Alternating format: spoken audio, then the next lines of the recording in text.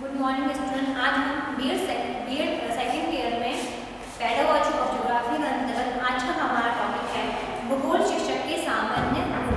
हम भूगोल शिक्षक के सामान्य गुण के बारे में अध्ययन कर रहे थे। हमने पूर्व कक्षा में देखा कि जो एक शिक्षक है उसमें क्या क्या गुण होने चाहिए, उसका व्यवहार कैसा होना चाहिए, वह स्पष्टवादी होना चाहिए, उसका चरित्र किस प्रकार सा होना चाहिए, उसका व्यवहार किस प्रकार होना चाहिए, इसके बारे में अध्ययन कर चुके थे। क्योंकि एक जो शिक्षक होता है उसके अंदर गुणों का होना बहुत ही आवश्यक होता है। अगर उसमें गुण नहीं है तो वह जो शिक्षक होता है वह एक जो छात्र है उसको ज्ञान की प्राप्ति नहीं करवा सकता। उसके लिए जरूरी है कि उसमें वे गुण विद्वान हो जो छात्रों के अंतर्गत स्वाभाविक विकास कर सके। क्योंकि छात्र जो होता है वह शिक्षक को देखकर ही उसके आचरण को या उसके गुणों को अपनाता है। अगर एक शिक्षक उन गुणों को अपनाता है या हम कहें कि उन गुणों को फॉलो करता है तो छात्र भी उन्हें देखकर उस चीज को फॉलो करते हैं। इसलिए शिक्षक को अपने व्यवहार में या हम कहें कि उसे कर्तव्यनिष्ठ होना चाहिए, अपने कर्तव्यनिष्ठ होना चाहिए। इसके साथ साथ हम देखते हैं कि वह किस व्यवहार का होना चाहिए। उसका व्यवहार इस प्रकार होना चाहिए कि छात्रों को अपने ओर आकर्षित कर सके। उसका आचरण भी अच्छा होना चाहिए जिससे वह छात्र है उसको देखकर उन गुणों को अपना सके। जिसके अंतर्गत हमारे 11 पॉइंट हो चुके थे, तो हम 12वें पॉइंट की ओर चलते हैं। तो 12वां पॉइंट है हमारा विनोद प्रियता।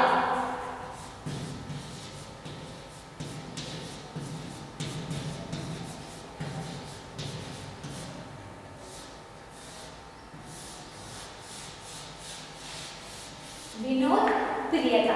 अब एक शिक्षक विनोद प्रियता कैसे होगा तो उसमें हम देखते हैं कि कक्षा की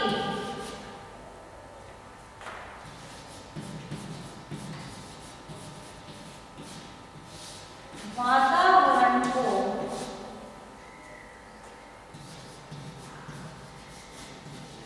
सजीव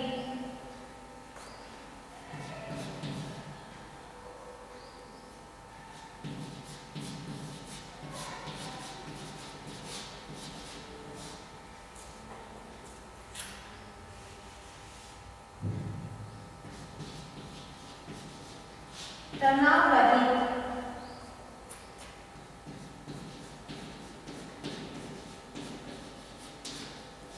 तरोताजा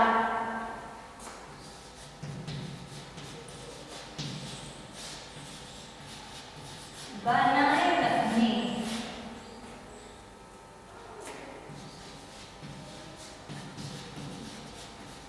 के लिए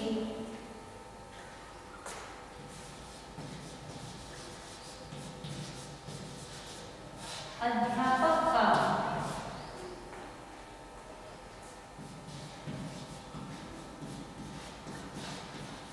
विनोद प्रिय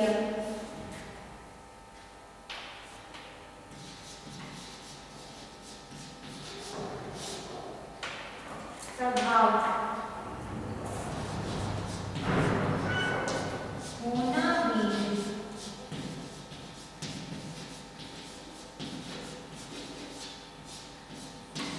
आवश्यक है।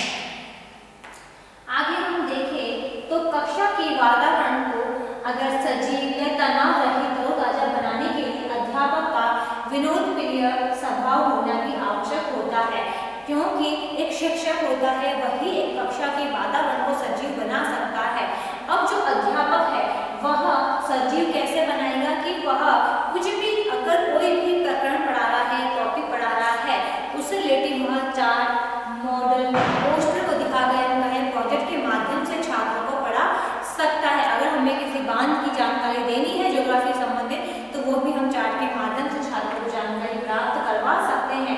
तो हम ये कहें कि जो अध्यापक है उसका यह कर्तव्य बनता है कि हमें कक्षा का जो वातावरण है वह कैसा बनाए रखना है। अगर हम छात्रों को अध्यापक के द्वारा ज्ञान पाठ्य पुस्तक के द्वारा ज्ञान प्राप्त करवाते हैं तो वह उसका वातावरण निर्जीव बन जाता है, यानी कोई भी जो बच्चा है वह एक्टिव होकर अच्छे से पढ़ता नहीं है। अगर उसी चीज को अगर जो अध्यापक है चार चार्ट के माध्यम से पढ़ा रहा है तो क्या होता है कि जो छात्र है उसको पढ़ने में रुचि उत्पन्न होती है। तो हम यूँ कहें कि जो एक अध्यापक है उसका यह कर्तव्य बनता है कि हमारी कक्षा के वातावरण को हमें किस प्रकार बनाए रखना चाहिए।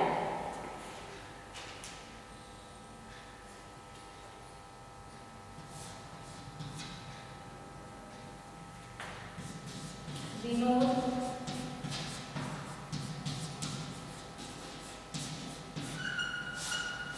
पेरेरा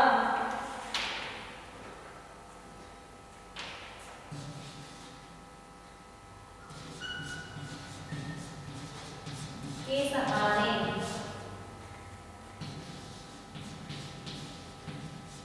कठिन एवं नीरस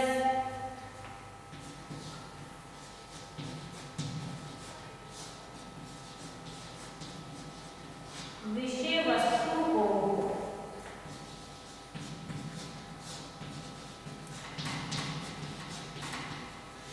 आसानी से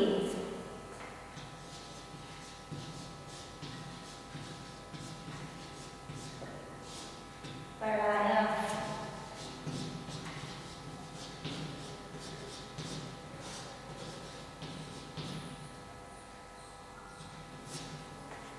जा सकता है।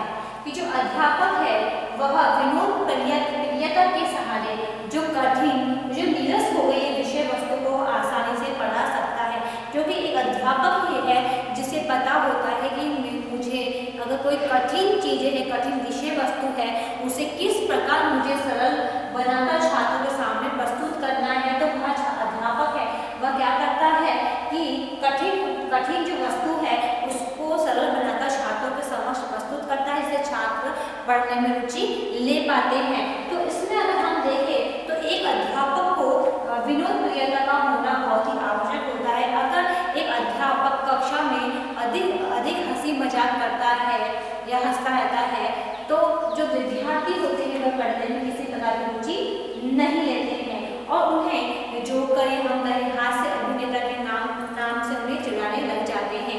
इसलिए अगर हम देखें एक अध्यापक का स्वभाव से विनोद प्रियता होना बहुत ही आवश्यक होना चाहिए, ना कि उसका ज्यादा हंसी मजाक छात्र से करना चाहिए।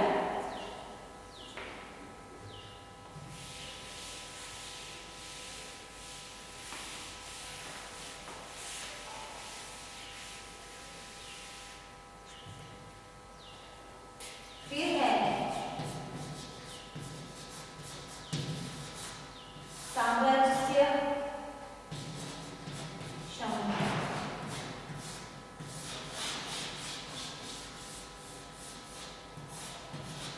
आगे हम देखें सामंजस्य क्षमता कि एक अध्यापक का सभी के साथ सामंजस्य होना बहुत ही आवश्यक होता है, क्योंकि जब एक जो अध्यापक है अगर वह स्टाफ के साथ बैठता है या उठता है तो उसका हर जगह एडजस्ट होना बहुत ही आवश्यक होता है, क्योंकि प्रत्येक परिस्थिति सेम नहीं होती है। हर परिस्थिति में ढलना एक शिक्षक को आना ही चाहिए, जिससे अगर वह हर स्थिति में ढलना शुरू कर देता है तो वह शिक्षण कार्य भी वह सुचारू रूप से प्रारंभ कर पाता है।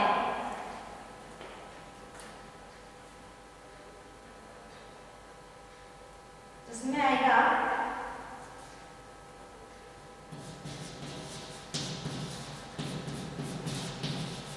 शिक्षार्थियों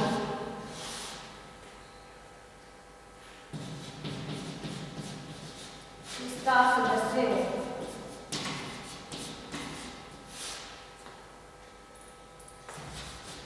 या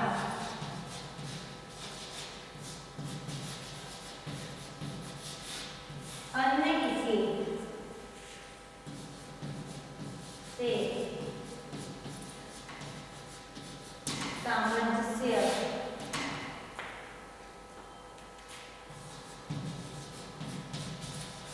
स्थापित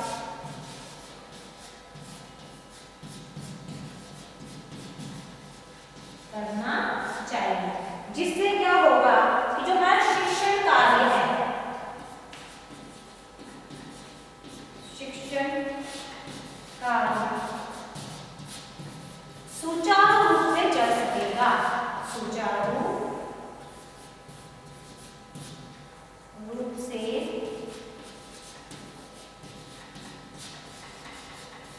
अगर एक अध्यापक सबके साथ एडजस्ट होना सीख जाता है, कोई कैसी भी परिस्थिति होती है तो उसके साथ तो सीख जाता है, तो क्या होता है कि उसके शिक्षण कार्य में किसी प्रकार की रुकावट नहीं आती है और उसका शिक्षण कार्य है वह सुचारू रूप से चलता ही रहता है। तो ये था सामंजस्य क्षमता।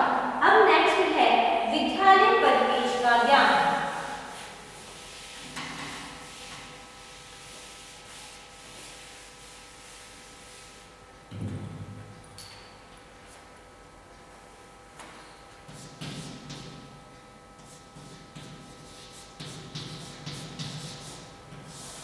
विद्यालय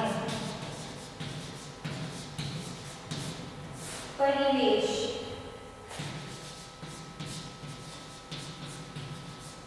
का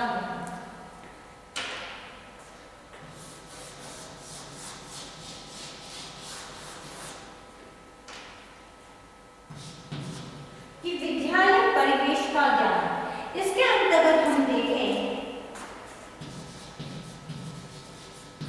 तो अध्यापक को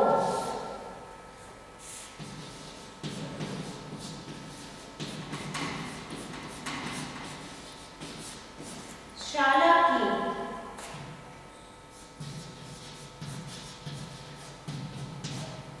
विभिन्न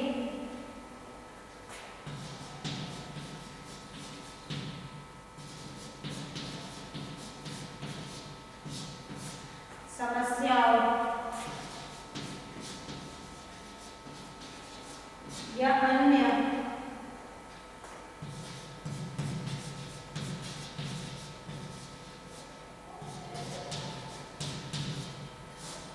गतिविधियों से भी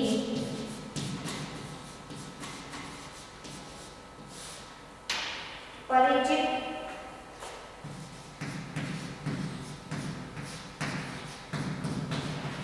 होना चाहिए। कि अध्यापक को शाला की विभिन्न जो समस्याएं हैं, अन्य गतिविधियां जो कराई जाती है उससे भी परिचित होना चाहिए कि विद्यालय में जो परिवेश है वह कैसा है, उनमें किस प्रकार की हम शिक्षण से संबंधित गतिविधियां करवाते हैं या उसके अंदर जो समस्याएं हैं उनसे परिचित होना एक अध्यापक को बहुत ही आवश्यक होता है। क्योंकि जब एक अध्यापक विद्यालय में आता है तो उसे यह जानकारी रखना अति आवश्यक होता है कि विद्यालय में कौन कौन सी समस्याएं हैं जो उत्पन्न हो रही हैं, कौन कौन सी गतिविधियां करवाई जा रही है, उसकी ओर ध्यान रखना अति आवश्यक होता है। अब हम नेक्स्ट देखते हैं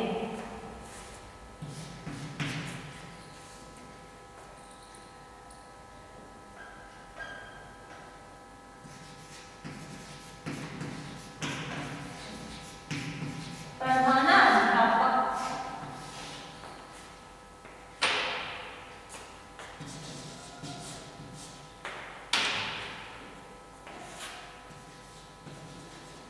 की प्रगति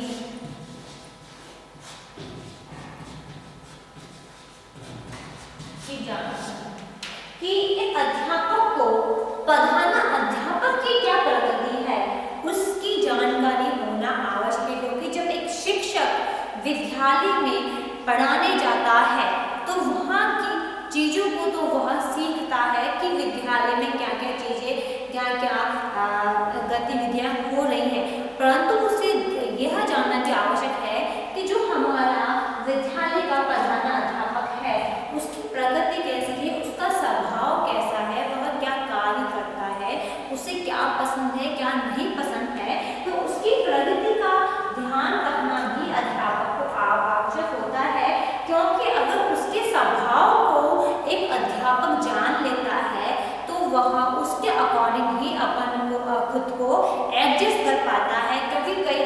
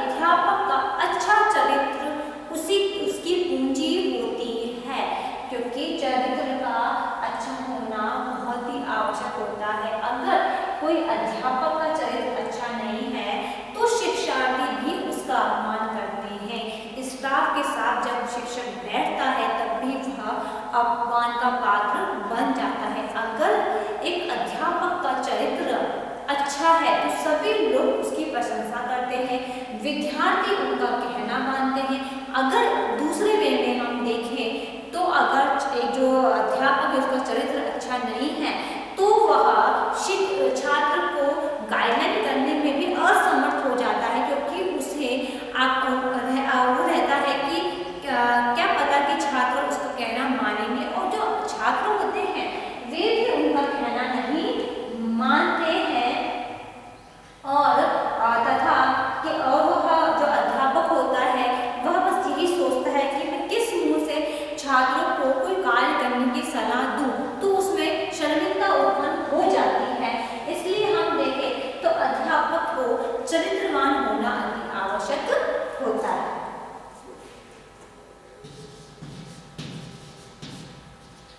अच्छा चरित्र क्या है? अध्यापक की पूंजी है।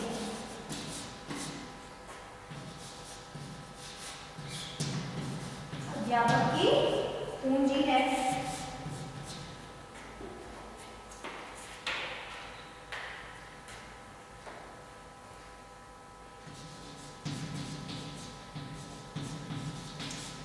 चरित्रहीन होने पर क्या होता है? जो अध्यापक है उसका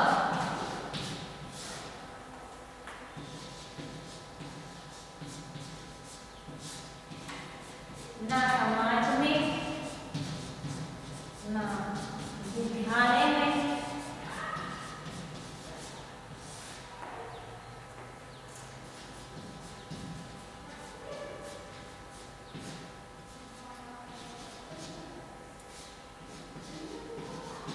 सम्मान नहीं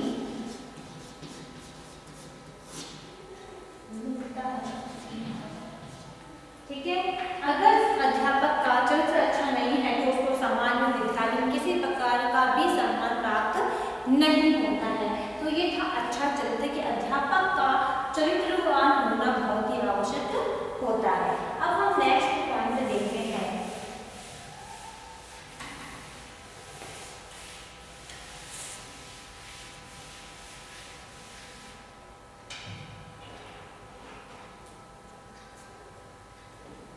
अच्छी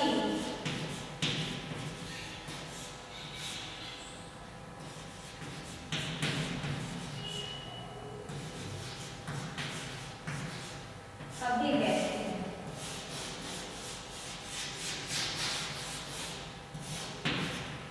कि जो अध्यापक है वह उसके अभिव्यक्ति उसके एक्सप्रेस कैसे होने चाहिए, तो हम देखें कि जो अध्यापक है उसका अच्छा वक्ता होना भी अति आवश्यक होता है। तो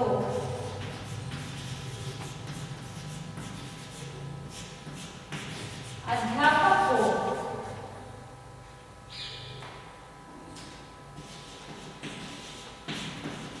एक अच्छा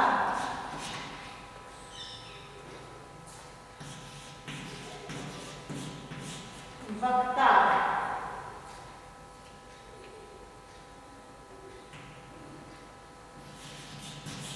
भी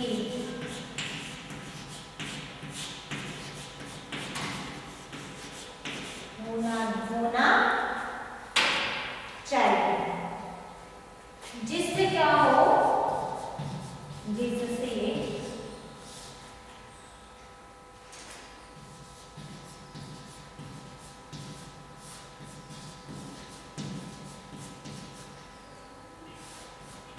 अपने विचारों को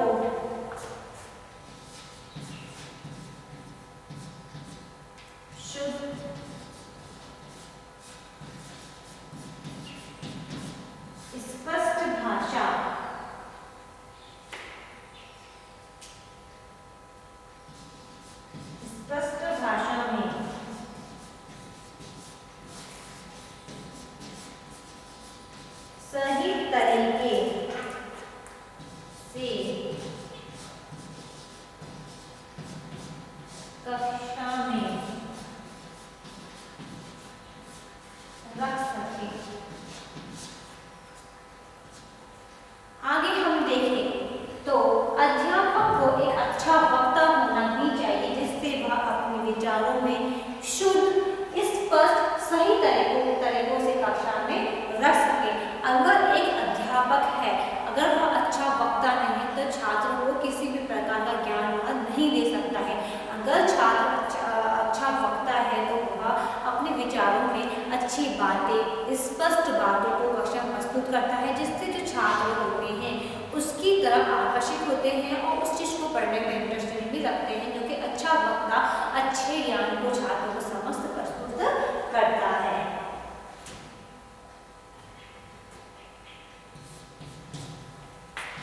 और वाणी कैसी होनी चाहिए शिक्षक की?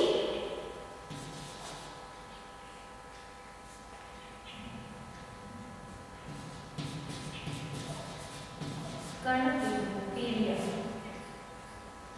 तो जो उसकी वाणी है वह कर्णप्रिय होनी चाहिए। इस प्रकार की वाणी अध्यापक की होनी चाहिए जो छात्रों को अपने आकर्षित करे। अगर एक अध्यापक जो तेज आवाज में छात्रों को अध्यापन कार्य करवाता है तो वह आवाज छात्रों को भी चुभने लग जाती है। तो अध्यापक की वाणी इस प्रकार से हो कि सुनने में जो छात्र है उनको इंटरेस्ट हो, वह पढ़ने की ओर आकर्षित हो सके। जो अध्यापक है उसे हमेशा अच्छा ही और बोलना चाहिए।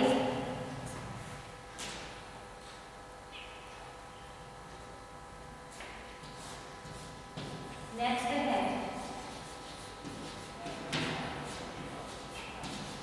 भाषा में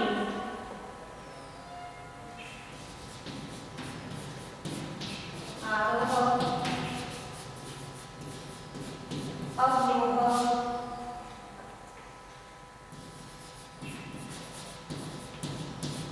व्याकरण का भी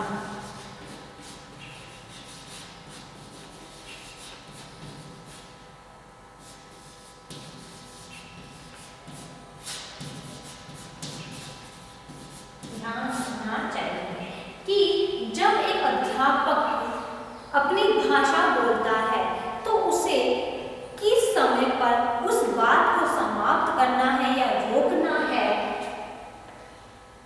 कहाँ पर किस व्याकरण का प्रयोग करना है, उसका ध्यान रखना चाहिए। क्योंकि एक अध्यापक अगर शुद्ध वाणी बोलता है, उसे पता है कि मेरी वाणी को कहाँ मुझे समाप्त करना है, तो वो जो छात्र होते हैं वह उसका सम्मान करते हैं। अगर कोई अध्यापक बेवजह बोलता जा रहा है तो छात्र भी उसको उसकी तरफ ध्यान नहीं रखते हैं और उसे ना तो पढ़ने में इंटरेस्ट रखते हैं और वह सोचते हैं कि ये बोल रहा है अध्यापक तो बोल देना, सुन लेना चाहिए, परंतु उसकी ओर वह आकर्षित नहीं होते हैं।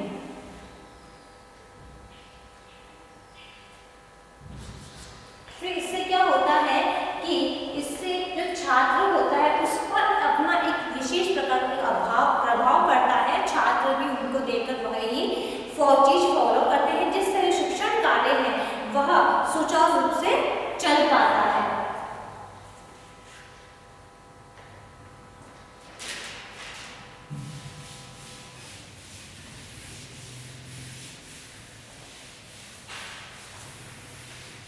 इससे संबंधित आज का वह कार्य है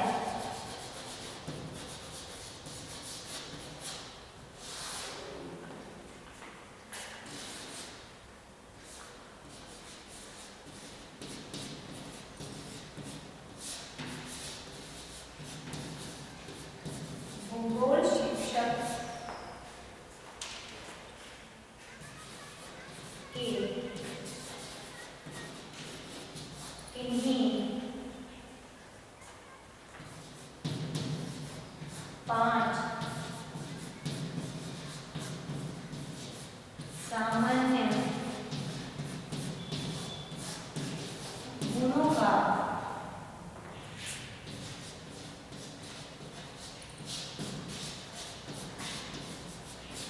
वर्णन कीजिए। कि भूगोल शिक्षक के किन्हीं 5 सामान्य गुणों का वर्णन कीजिए। ये आपका